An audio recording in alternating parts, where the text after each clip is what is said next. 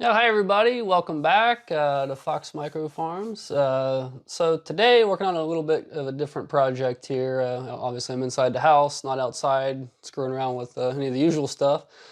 So I own another property down the street. It's just under 2 acres, and it borders CSX's main line. It used to be the old Baltimore and Ohio Railroad. One of our other neighbors had there's a creek back there, and there was a couple beaver dams or log jams or whatever, something was going on. And she's actually a surveyor anyways, these blockages in that creek were flooding everybody's front yards down the road here. So they contacted me about going through that property with an excavator to clear those log jams or whatever. And kind of in conversation with her, there's another strip of land that borders the railroad right away back there, and it was an old.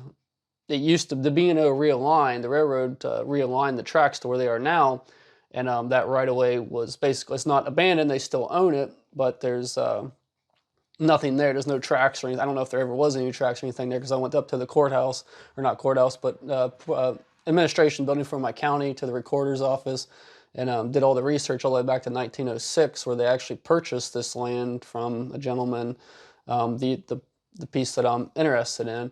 And so tracked it back to 1906, and it's just sat there ever since. Then I've kind of followed our tax map, which I'll show you all these documents in a second. Uh, I can actually see where it went. This old right-of-way went farther east, and people have bought sections of this. Like this is the only section of it that looks like the railroad still retains. So it's not. There's like a bottom to a creek down there, so there's a little bit of ground that's usable.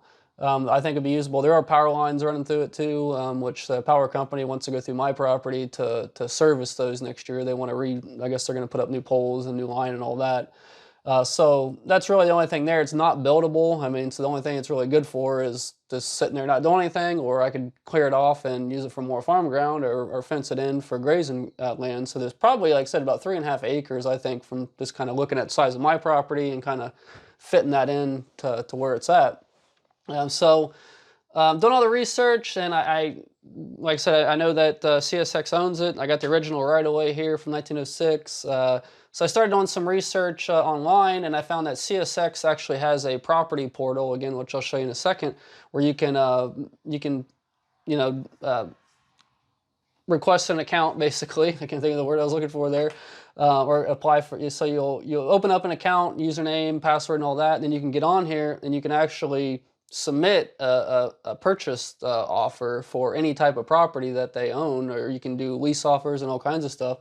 And I guess it's just like fair market value is what they ask for. And then, you put in your information, the property information, what you're going to do with it, then attach all your documents that you have, maps and stuff. So if you've got some old railroad right away, near your property or something that might be useful for farming or something else. I know with CSX, I don't know how Norfolk Southern, Union Pacific, and all them work, but CSX actually has a portal right here that you can get an account, log into, and just submit it and see what happens. So I'm doing this today. I don't know what's going to happen with this. They might just reject it or want more money, or I don't know. I'm going to offer $1,000 an acre for it because it's really useless for the most part to anybody else. I know if I do end up getting it, some of the other I know one in particular probably won't be too happy about me buying it because it's just kind of everybody just runs around back there and does whatever they want. For probably maybe two people probably won't be too happy now that I think about it if I do if this does go through. So it's just something to keep your eyes on. I mean, I actually read a story as I was doing my research of a guy down in central or southern Ohio, and he actually bought like 15 or 20. I don't know the exact amount. It was quite a bit of land that he bought from CSX, and he only paid $1,000 an acre for it, and it still had tracks and ballast and all that. And the guy, he went ahead and he had a construction company, and he took the tracks off of it, sold the steel for scrap, got money from that.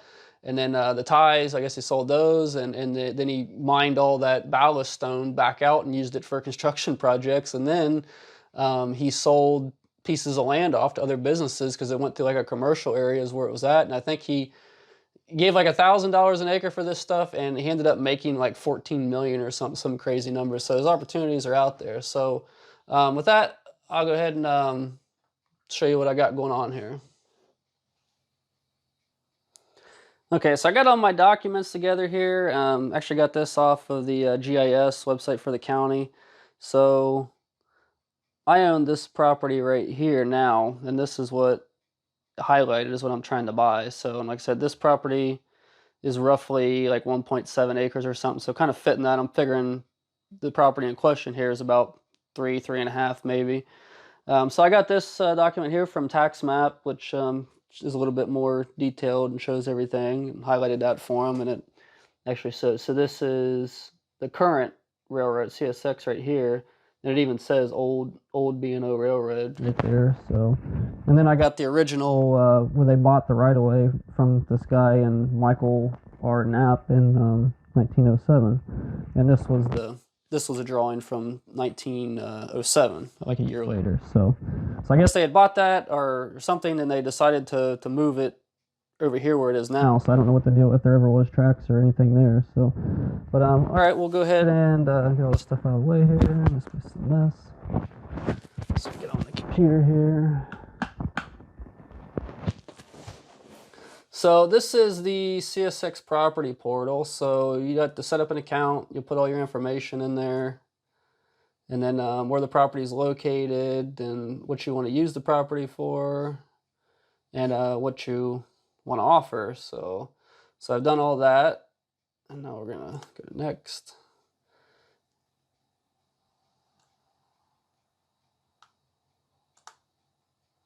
So and here's where you put all your attach your documents. So I've done that with each of those documents I just showed you.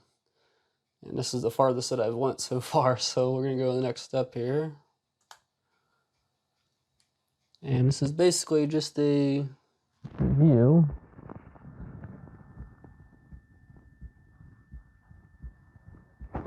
So with all your documents and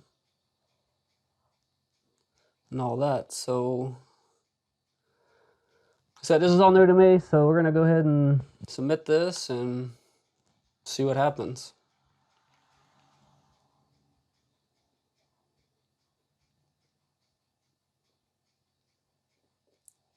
All right, application has been submitted. So I'm gonna go ahead and print this. So. All right, so I got that all submitted, printed off a confirmation and all that good stuff. I already got an email from them saying it's been received and a tracking number and all that good stuff. So we will see what happens here. So hopefully I get it for that price, and we can go rent us a D5 or something and have some more cool videos of that and clearing it off and see what happens. But you know, they may say no, or we don't want to sell it, or we want more money, or we'll see what happens. So this is all kind of new. So thought it'd be kind of interesting to share this with everybody. So like I said, just see what happens. So anyways, you guys know on this channel we're always doing farm stuff, and you never know what'll pop up, you know, stuff like this. So farm stuff normally, working on old tractors, growing stuff, a lot of different crops out this year. So if you haven't subscribed, please do that already. Hit the bell so you get the updates, and like the video if you liked it. Comment, questions are always good too. So again, thanks for watching, and we'll see y'all next time.